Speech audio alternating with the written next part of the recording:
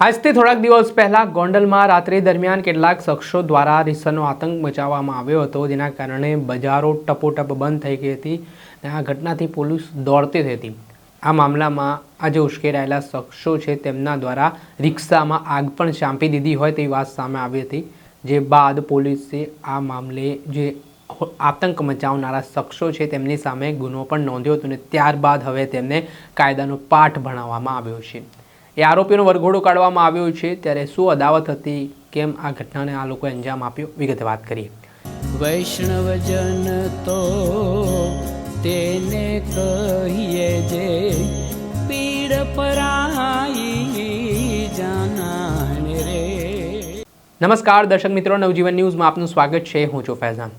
થોડાક દિવસ પહેલા ગોંડલમાંથી એક દ્રશ્ય સામે આવ્યા હતા, જેણે કાયદો અને વ્યવસ્થાની સ્થિતિ કથળી હતી। કેમ કે રાત્રિ દરમિયાન કેટલાક શખ્સો હાથમાં ધોકા પાઇપો સાથે એક રિક્ષા સળગાવતા નજરે પડ્યા હતા।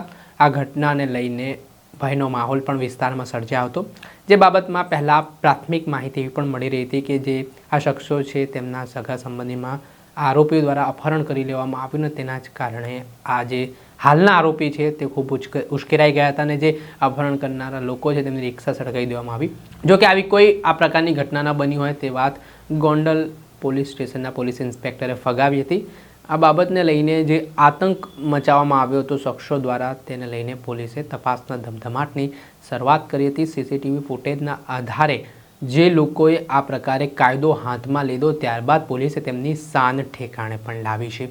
આ સમગ્ર ઘટનામાં જોઈએ તો પોલીસે શોએબ પિંજરો અને સિકંદર ઉર્ફે સિકલો નામના આરોપીઓ છે તેમની ધરપકડ કરી અને ત્યારબાદ તેમનો વરઘોડો પણ કાઢવામાં આવ્યો છે। ગુજરાતના ગૃહમંત્રી હર્ષ સંઘવી કહી ચૂક્યા છે, કાયદામાં રહેશો તો ફાયદામાં રહેશો, અને જે રીતે તેમણે પોલીસને ફૂલ છૂટછાટ આપેલી છે ને તેના જ ભાગરૂપે હવે આજે કેટલાક અસામાજિક તત્વો છે તે બેફામ બની જાય છે, કાયદો અને વ્યવસ્થાને પોતાની જાગીર સમજતા હોય છે અને આતંક મચાવતા હોય છે। ત્યારબાદ પોલીસ આવા લોકોને કાયદાનું ભાન પણ કરાવતી હોય છે અને એવી જ રીતે ગોંડલ પોલીસે આરોપીઓને ઘટનાનું રિકન્સ્ટ્રક્શન માટે ઘટના સ્થળે લઈ ગઈ હતી, જ્યાં રીતસર મોટી સંખ્યામાં લોકો પણ ત્યાં જોવા મળ્યા હતા। ગોંડલ એ ડિવિઝન પોલીસે આ મામલે ગુનો પણ નોંધ્યો હતો અને ત્યારબાદ આજે પકડાયેલા આરોપીઓ છે તેમની સામે હવે કડક હાથે કાર્યવાહી કરીને ભવિષ્યમાં આવા બનાવ ન બને તે માટેની પણ તકેદારી રાખવામાં આવી રહી છે। દર્શક મિત્રો, આવા જ નવા વિડીયો સાથે આપણે માહિતગાર કરતા રહીશું, એટલે નવજીવન ન્યૂઝ જોતા રહો।